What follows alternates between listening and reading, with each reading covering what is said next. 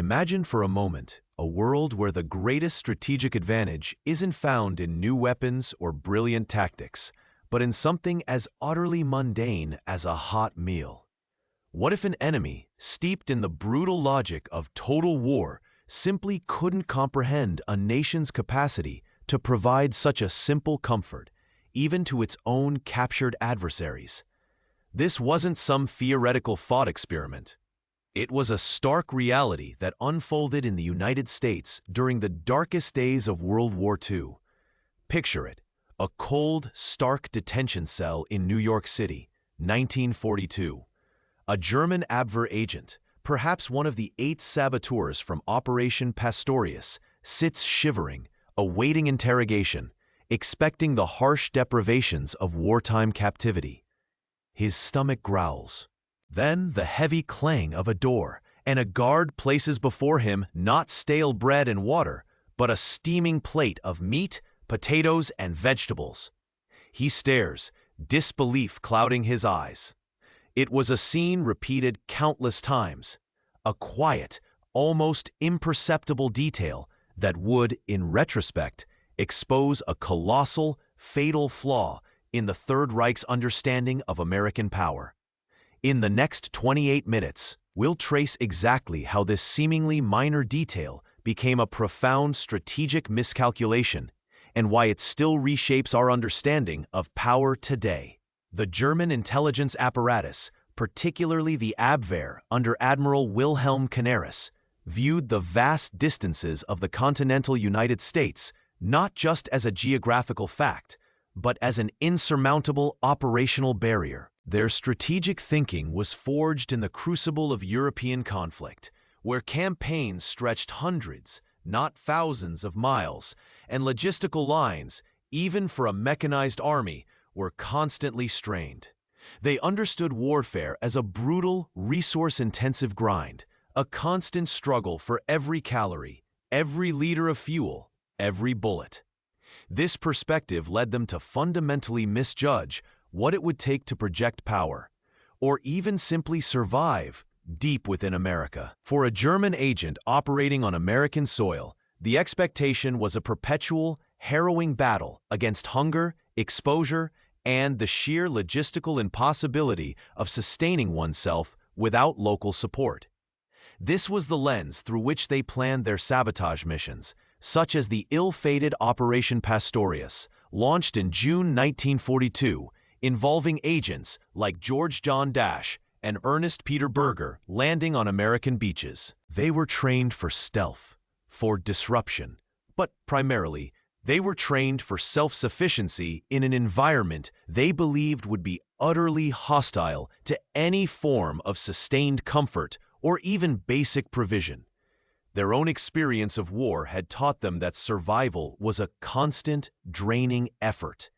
The Abwehr's strategic doctrine was built on the premise that any enemy deep behind their lines would be cut off, starving, and ultimately ineffective. They projected their own limitations onto their adversaries. The idea that a nation could, with apparent ease, feed its own population, sustain its war machine, and provide regular, hot meals to captured enemy agents was not just alien. It was conceptually impossible within their framework of total war. They couldn't compute it. This wasn't about a lack of empathy. It was a profound failure of intelligence analysis, rooted in a misreading of industrial capacity and logistical mastery on an unprecedented scale. They saw America's size as a weakness, a sprawling, empty land that would swallow up resources and make centralized control impossible. But that vastness concealed an intricate, robust network of production and distribution, a quiet powerhouse that was about to redefine global conflict. What would you have assumed about American capabilities given the German intelligence reports of the time? Let us know in the comments what you would have done. This blind spot wasn't just an anecdote, it was a conceptual turning point, a subtle yet seismic shift in the understanding of total war. The German military machine, formidable as it was, operated under a constant, gnawing pressure of resource scarcity. Their entire strategic doctrine, from blitzkrieg to the brutal campaigns on the Eastern Front, was predicated on rapid, decisive strikes that captured enemy resources rather than sustained, long-term logistical supply. They understood conquest as a means to feed the war effort. By 1941, even as their armies swept across Europe, the Reich's own food and fuel reserves were perpetually strained. The rationing system for German civilians was stringent, and even frontline soldiers often faced shortages, especially as supply lines stretched thousands of miles into the Soviet Union. This stark reality, a constant struggle against the vastness of geography and the limits of industrial output, colored their entire perception of what was possible in wartime. They couldn't fathom a nation where such basic provisions were not only abundant, but could be extended even to those actively working against it. Consider the sheer scale of the American agricultural sector. While Europe was ravaged by war, its farms often scorched earth or under occupation, the vast plains of the United States continued to produce food in quantities unimaginable to the Axis powers. In 1942, American farmers harvested record crops of wheat and corn, fueled by advanced machinery and an unparalleled land base. This wasn't merely about caloric output, it was about an entire ecosystem of production, processing, and distribution that remained untouched by direct conflict. The logistical challenge for the Germans lay not just in the distance of the Atlantic, but in the depth of American resilience. They saw the continental U.S. as a sprawling, undefended expanse, ripe for disruption. What they failed to grasp was that this same expanse was a fortress of self-sufficiency, its industrial heartland churning out not just weapons, but also the very sustenance that underpinned its war effort and its societal stability. This systemic strength meant that while German intelligence agents, like those from Operation Pastorius, were trained to expect harsh conditions, to forage, to live off a land they presumed would be as depleted as their own war-torn continent, they instead encountered a society operating at a different level entirely. The hot meals served in American detention centers were not an act of mercy, nor were they a deliberate psychological tactic. They were simply a byproduct of a domestic supply chain so robust, so utterly unaffected by the war raging thousands of miles away, that providing regular, nutritious food to a few hundred internees was a trivial matter. It cost virtually nothing, consumed no critical resources, and required no special effort. This casual abundance, precisely because it was so unremarkable to Americans, became a profound, almost alien signal to the Germans. The industrial mobilization that began even before Pearl Harbor, under initiatives like the Lend-Lease Act of March 1941, transformed American factories into an arsenal of democracy. But it also transformed its infrastructure. By 1943, the United States was producing over 300,000 aircraft, 100,000 tanks, and 2.5 million trucks annually. This staggering output wasn't just for military hardware, it extended to everything necessary to support a modern society and an immense war machine.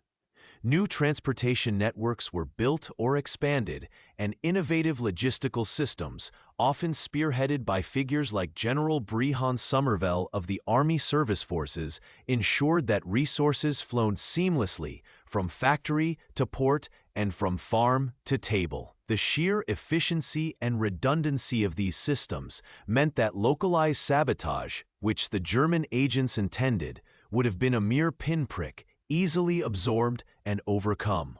The Abwehr's agents were caught in a cognitive trap.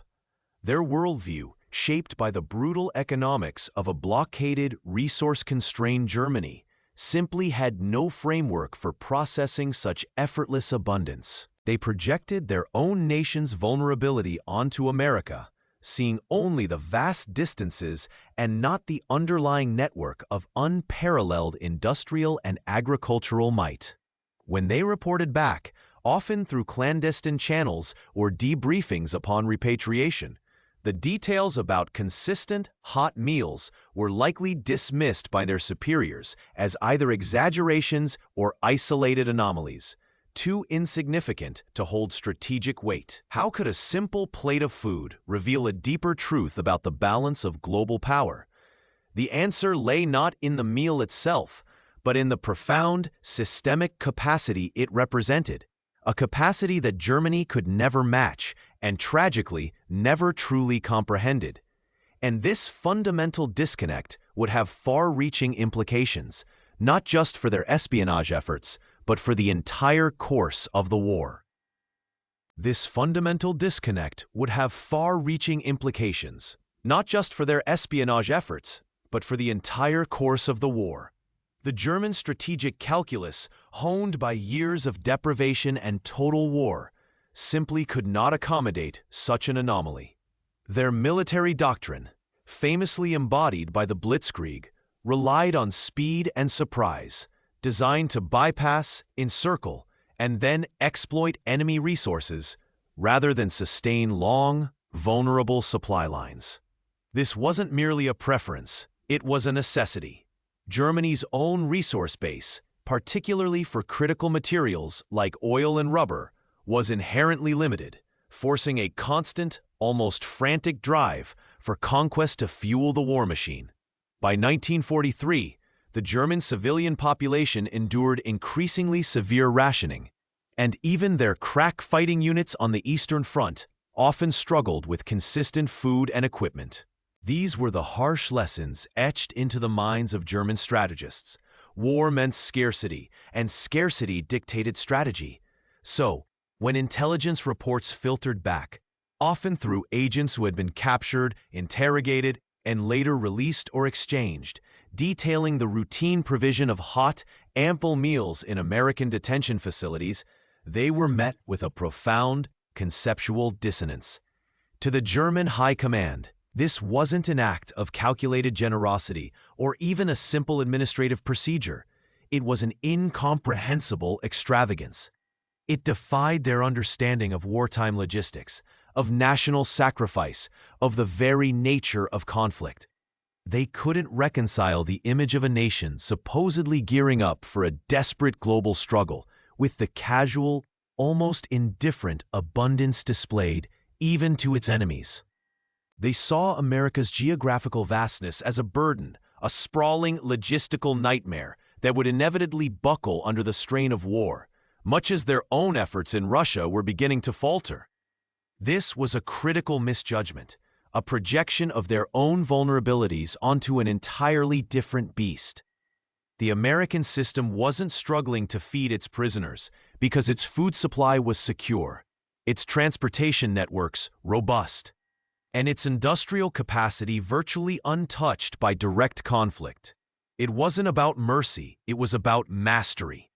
What the German intelligence failed to grasp was that these hot meals were not a deviation from the norm, but a direct, almost accidental reflection of an entirely different reality. The United States, unlike Germany, was not fighting a war of scarcity. It was fighting a war of production. The simple plate of food presented to a captured Abwehr agent wasn't an isolated incident. It was a microcosm of an overwhelming national capability. It signaled an unburdened economy, a vast agricultural heartland, and an industrial infrastructure so immense and so well protected that the effort required to feed a handful of spies was literally negligible. This wasn't a tactical advantage.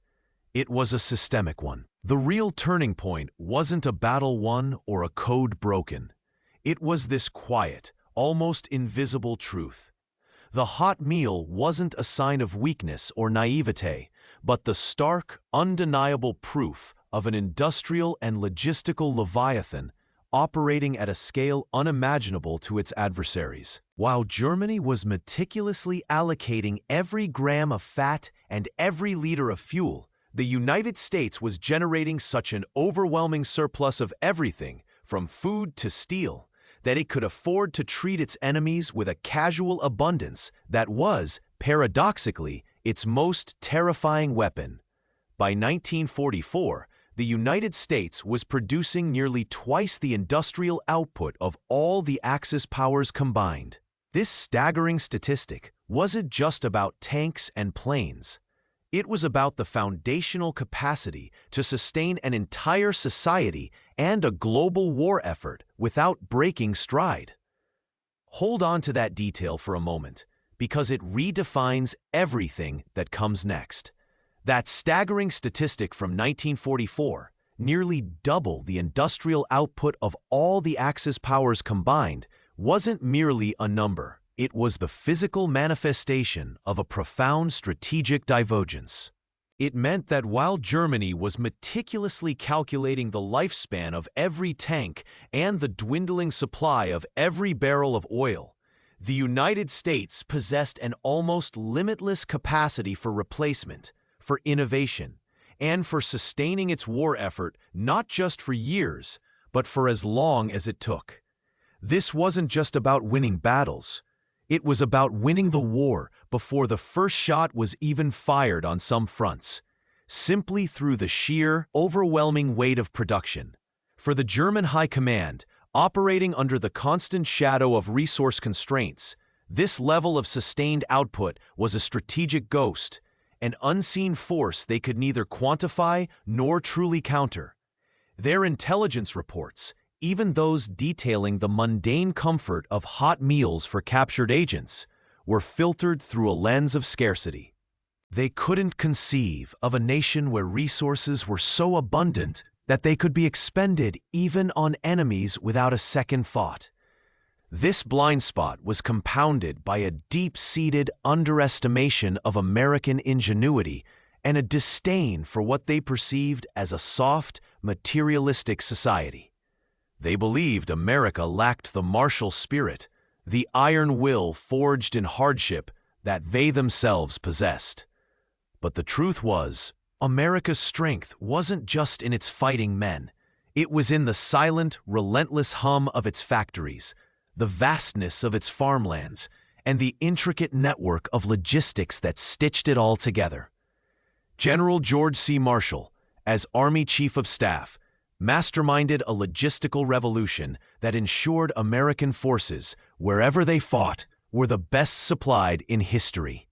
This was a system designed to absorb shock and sustain momentum on a global scale. The implications for German espionage were catastrophic. Their sabotage missions, designed to cripple key American industries and sow panic, were fundamentally flawed from conception. How do you disrupt an economy that can replace what you destroy almost instantly? The 8 saboteurs of Operation Pastorius, for instance, landed with explosives, intending to target aluminum plants, power stations, and railway lines. But America's industrial base was so diversified and redundant that even successful, large-scale attacks would have been quickly absorbed. The very act of feeding these captured agents hot meals was, in a twisted way, a demonstration of the futility of their mission. It was a silent testament to a nation so abundantly resourced that the basic needs of its enemies were an administrative afterthought, not a strategic drain. This wasn't just a failure of intelligence, it was a conceptual chasm.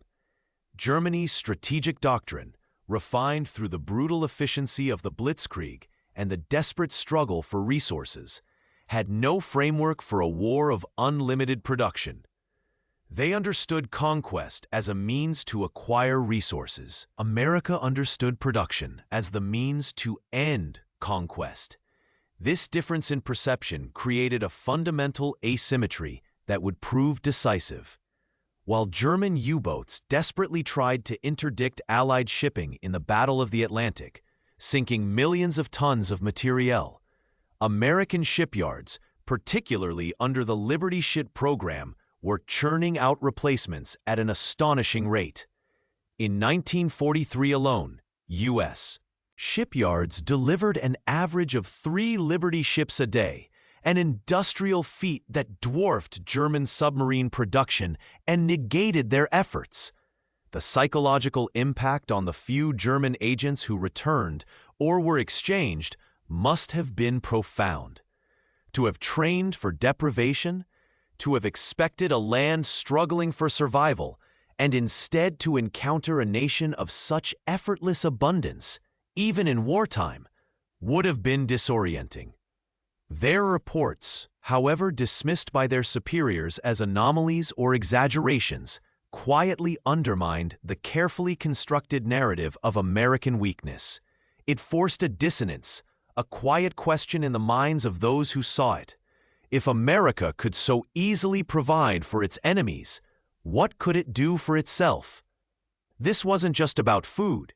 It was about the foundational truths of power and perception in global conflict. And as the war progressed, the world would see exactly what that truth meant for the fate of nations. The conceptual chasm deepened, not just around food, but across every facet of strategic planning. Germany's military leadership, particularly figures like Field Marshal Wilhelm Keidel and General Alfred Jodl at the OKW, the high command of the armed forces, were brilliant tacticians within their own paradigm. But that paradigm was fatally limited. They understood the mechanics of invasion, the brutal efficacy of combined arms, and the importance of morale under duress.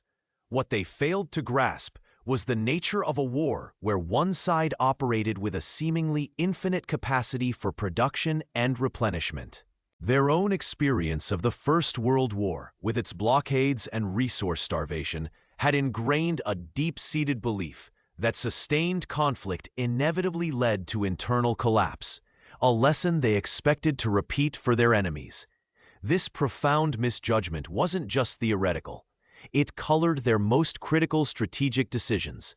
When German U-boats, led by Admiral Karl Donitz, launched their devastating campaigns in the Atlantic, they aimed not merely to sink ships, but to sever the supply lines that they believed were America's Achilles heel.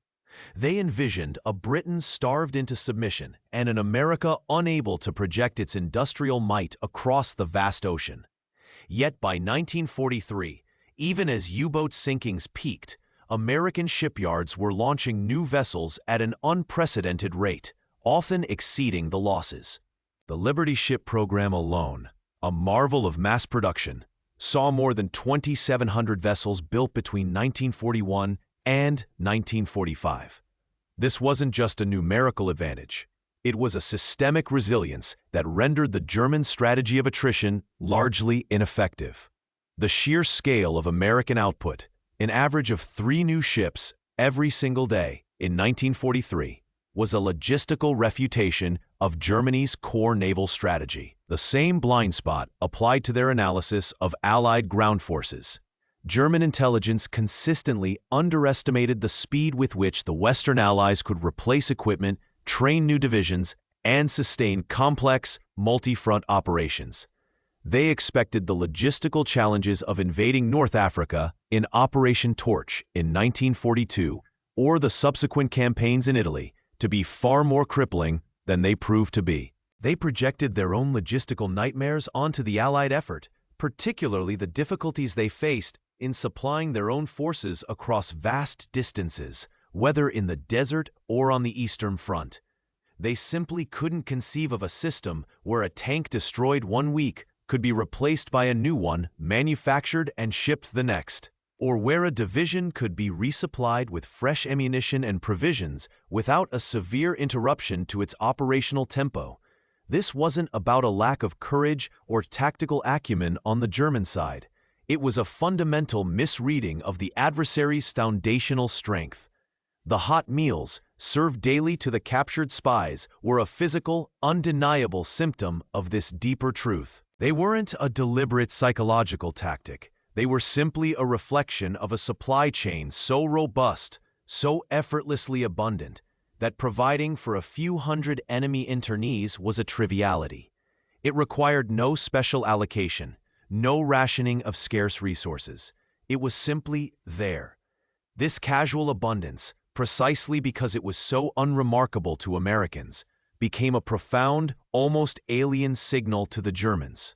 It quietly whispered of a nation operating at a different level entirely, a level of industrial and agricultural mastery that Germany, even at the height of its power, could never hope to match. This wasn't a war of equal scarcity. It was a war of fundamental asymmetry, where one side had already solved the problem of sustained production.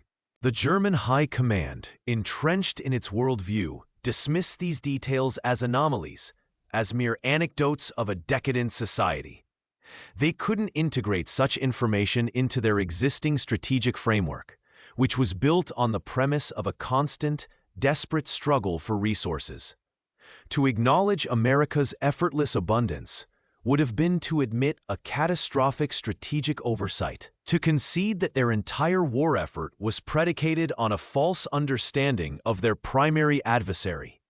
It would have meant questioning the very foundations of their total war doctrine, a doctrine that demanded sacrifice and austerity as hallmarks of national resolve. This cognitive rigidity, this inability to see beyond their own projections of scarcity, was perhaps their greatest intelligence failure. It allowed them to overlook the quiet clatter of cutlery on a plate, a sound that in retrospect signaled the inevitable course of history. That quiet clatter of cutlery on a plate, offered to German spies in American detention cells, was never just about food. It was a symptom, a visible tremor revealing a foundational truth that German intelligence, in its conceptual rigidity, utterly failed to grasp. It was the stark, undeniable evidence of an industrial output and logistical mastery on an unprecedented scale, a reality so alien to their own experience of total war that it was simply discarded as irrelevant. The Third Reich, operating under the brutal economics of scarcity, could not comprehend a nation whose productive capacity was so vast that it could afford, effortlessly, to extend casual abundance even to its enemies. This oversight wasn't just an anecdote, it was a conceptual turning point, a subtle yet seismic shift in the understanding of total war itself. It underscored that the roar of a tank engine or the flash of a bomb, while vital, were only part of the equation. The true advantage, the decisive edge, lay in the quiet, relentless hum of factories, the boundless productivity of farmlands, and the intricate, resilient networks that ensured everything, from ammunition to hot meals, could flow without interruption. Germany's strategic doctrine, refined through the brutal efficiency of the Blitzkrieg and the desperate struggle for resources, had no framework for a war of unlimited production. They understood conquest as a means to acquire resources. America understood production as the means to end conquest. The implications of this miscalculation rippled through every aspect of the war. German sabotage missions, like Operation Pastorius, were designed to cripple key American industries, but they were fundamentally flawed. How do you disrupt an economy that can replace what you destroy almost instantly? America's industrial base was so diversified and redundant that even successful, large-scale attacks would have been quickly absorbed. The very act of feeding these captured agents hot meals was, in a twisted way, a demonstration of the futility of their mission. It was a silent testament to a nation so abundantly resourced that the basic needs of its enemies were an administrative afterthought, not a strategic drain. Consider the German U-boat campaigns, designed to sever the Allied supply lines in the Atlantic. While devastating, they faced an adversary whose shipyards, particularly through the Liberty Ship program, were churning out replacements at an astonishing rate. In 1943 alone, U.C.H. shipyards delivered an average of 3 Liberty ships a day, an industrial feat that dwarfed German submarine production and effectively negated their efforts. This wasn't merely a numerical advantage. It was a systemic resilience that rendered Germany's strategy of attrition largely ineffective.